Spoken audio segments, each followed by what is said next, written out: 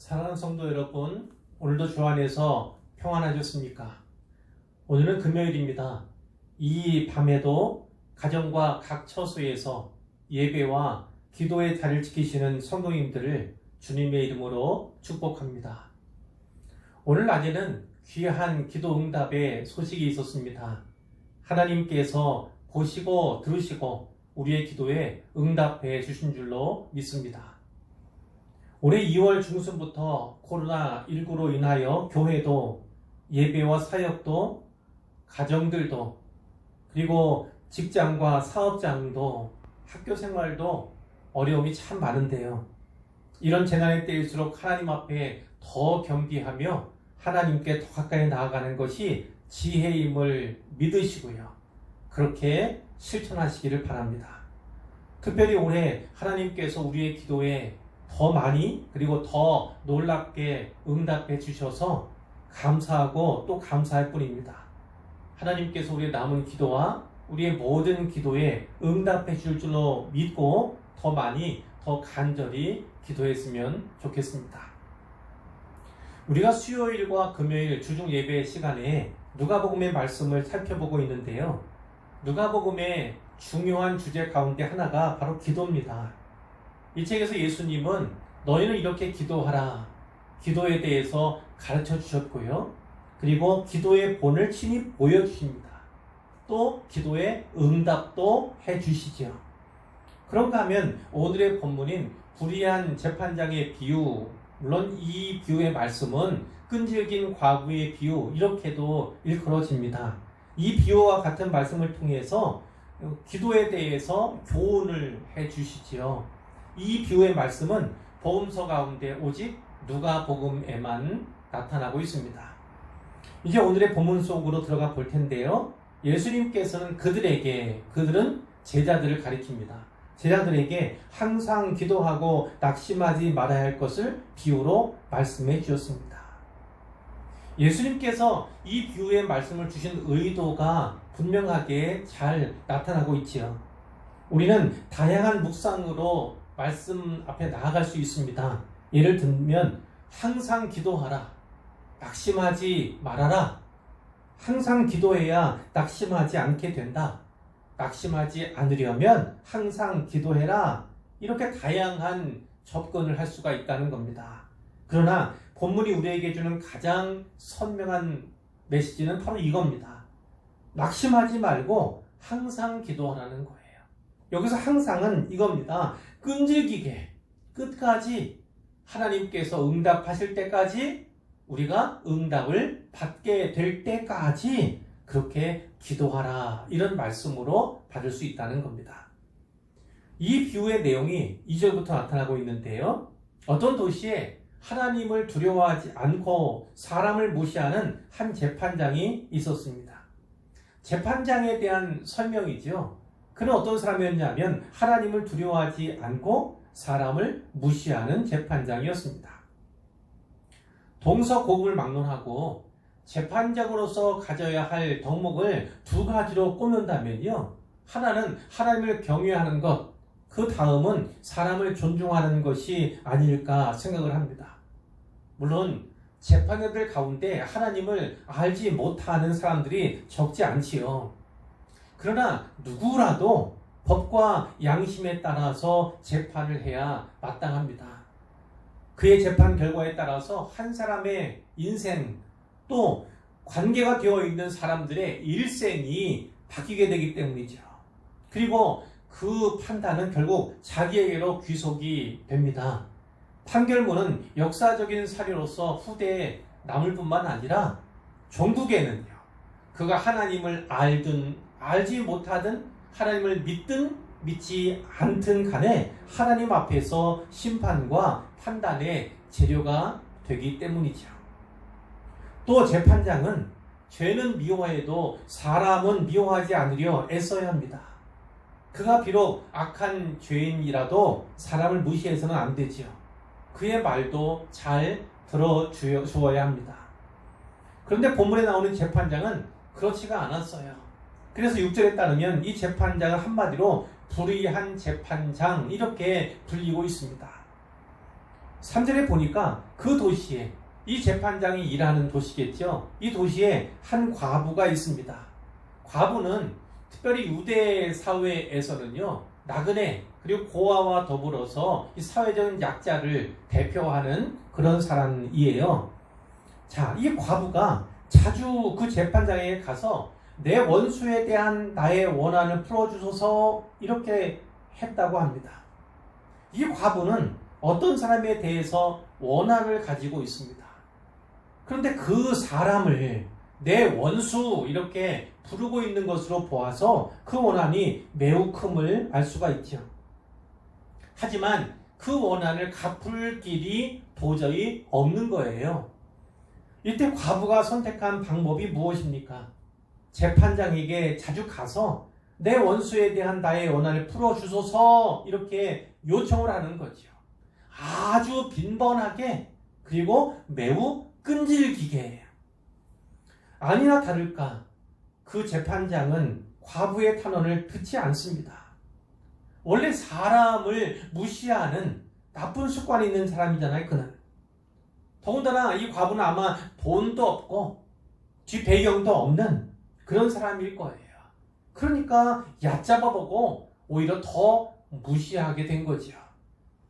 그러다가 후에 속으로 이런 생각을 하게 되었다고 합니다. 내가 하나님을 두려워하지 않고 사람을 무시하나. 자, 앞에 이 말씀부터 나오는데, 여러분, 이 부분을요, 재판장의 자기 고백 이렇게 여기시면 안 돼요. 그렇게 읽으시면 안 됩니다.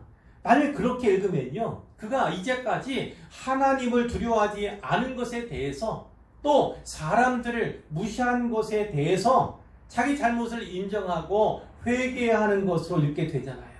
그러면 이 비유의 요점이 흐려지게 됩니다. 이 재판장은 여전히 불의한 재판장이어야 합니다. 그가 불의함에도 불구하고 왜 과부의 탄원을 들어주었는가? 왜 과부의 탄원을 들어주어야만 했는가? 이것이 이 비유의 요점이라는 거예요. 5절 말씀에 보면 이 과부가 나를 번거롭게 하니 내가 그 원한을 풀어주리라. 그렇지 않으면 늘 와서 나를 괴롭게 하리라. 이 재판장의 생각과 말을 표현하고 있는 것인데, 과부가 빈번하게 자주 찾아와서요, 끈질기게 요청을 하는 겁니다. 그러니까 재판장이 너무 번거롭고 너무나 괴로운 거예요. 도저히 견딜 수 없을 만큼이요, 심신이 지쳐서 못 살 것 같은 거예요. 그렇기 때문에 내가 그 원한을 풀어줘야겠다, 이런 생각을 하게 되었다는 거죠. 원한을 풀어주지 않으면 과부가 언제까지 자기를 괴롭게 할지 알지 못하잖아요. 그러니까 하는 수 없이, 어쩔 수 없이 과부의 송사를 들어주기로 결심을 한 것입니다. 자, 6절에 예수님께서 이렇게 말씀하셨어요. 불의한 재판장이 말한 것을 들으라. 이 4절과 5절에 있는 말씀을 들으라는 거예요. 하물며 하나님께서 그 밤낮 부르짖는 택하신 자들의 원한을 풀어주지 아니하시겠느냐? 그들에게 오래 참으시겠느냐? 이렇게 말씀을 하십니다. 이 재판장은요, 불의한 사람이라고 성경이 증언하고 있잖아요. 하나님을 두려워하지 않을 뿐만 아니라 사람을 무시하는 사람이에요. 사회적인 약자인 과부라고 해도요, 그는 애시당초 사람을, 누군가를 불쌍히 여기거나 긍휼히 여기는 사람이 아닙니다. 그런데 그런 불의한 재판장도 과부의 원한을 풀어주기로 작정하게 되었다는 거예요. 그런 재판장도 원한을 풀어주는데 하물며가 중요한 거죠. 하물며 하나님께서, 자, 뒤에 말씀을 토막토막 하나 살펴보기를 원합니다. 하나님께서, 자, 어떤 의미일까요? 불의한 재판장과는 달리 하나님은 의로우신 재판장이세요. 사랑과 긍휼이 풍성하신 하나님이에요. 자, 밤낮 부르짖는 과부는요, 부득이 일과 중에만 그 재판이 열리는 중에만 재판장을 찾아갈 수밖에 없지 않았겠습니까? 그러나 밤낮 부르짖으면 이렇게 읽으면 되죠. 또 택하신 자들이라고 나오죠. 재판장은 사실 그 과부와는요 아무런 상관이 없는 사람이에요. 당시 송사를 의뢰하러 탄원하러 왔을 뿐이고 이는 재판장으로서 그것을 듣고 받아야 할 뿐이지 어떤 관계가 있는 사람이 아니라고요. 그러나 우리는 하나님의 백성이고 하나님의 자녀입니다. 그 관계가 재판장과 과부의 관계와는 전혀 다르다는 거예요. 자, 원한이라는 단어 나오잖아요. 원한. 이 과부는 어쩌면 복수를 꿈꾸었을는지 모릅니다. 그러나 우리의 탄원은 보복이나 복수를 위한 것이 아니라 단지 신원을 위한 거예요. 신원.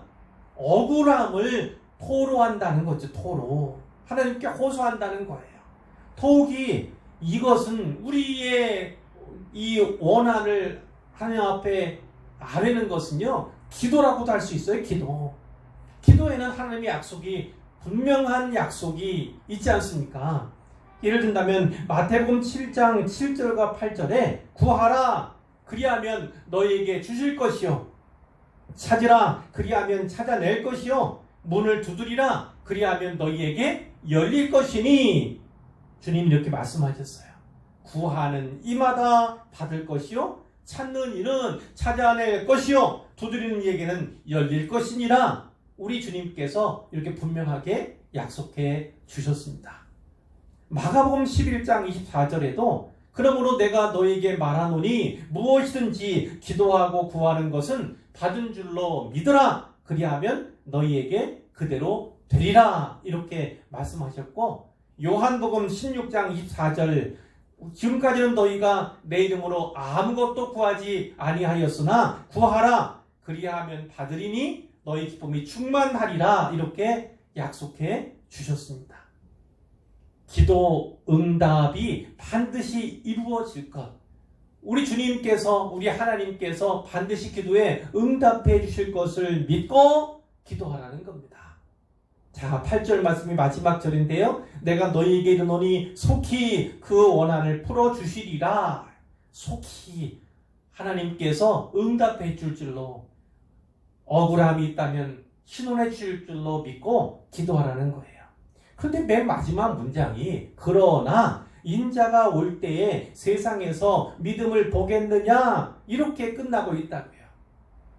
오늘 본문 앞에 나오는 본문도 재림에 관한 내용이었어요. 그리고 오늘 본문이 이렇게 인자가 올 때 인자의 날에 대해서 말씀을 하며 마무리하기 때문에 이 말씀도 예수님의 재림과 연관을 지어 살펴볼 필요가 있지요.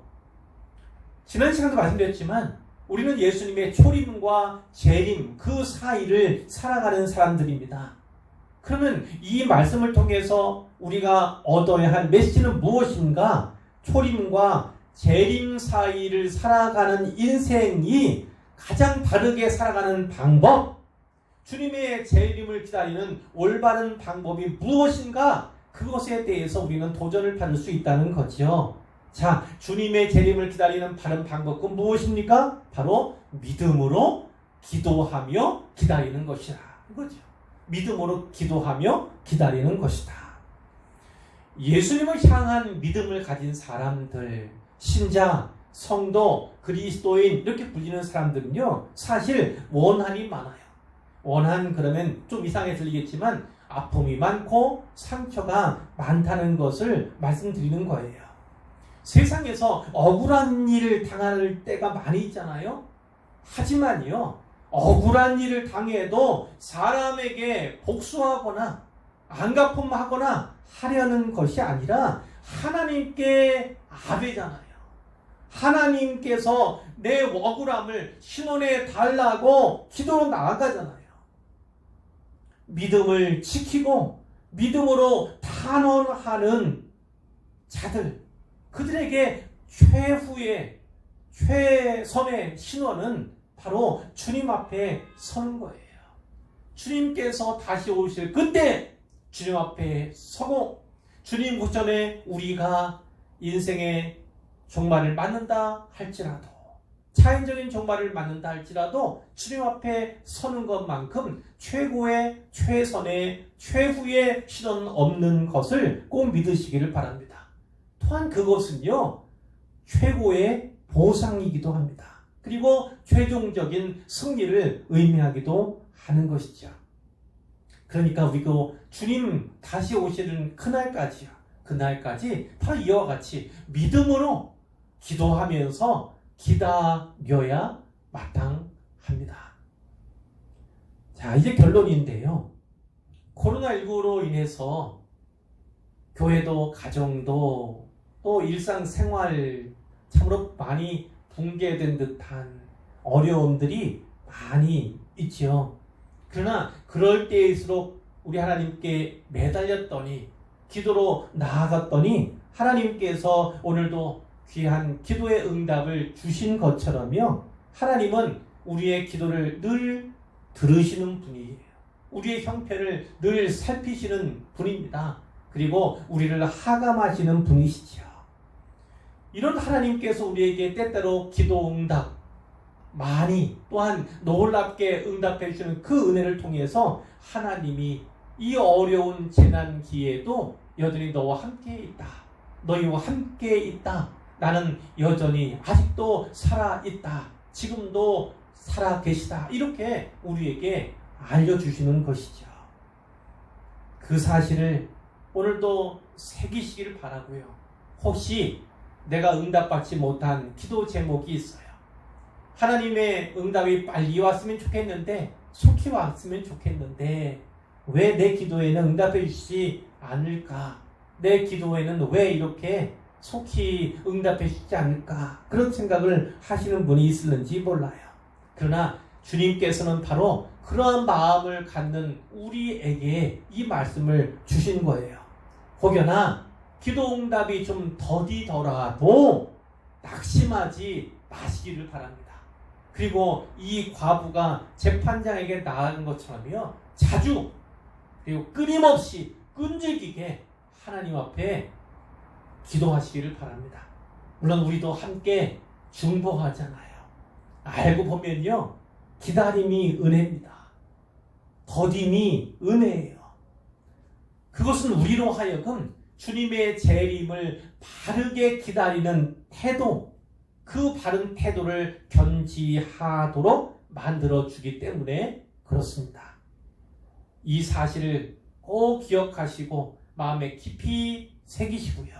이 밤에도 함께 뜨겁게 기도하심으로 우리의 마음도 지키고 또 응답도 받는 밤이 되기를 주님의 이름으로 축원합니다.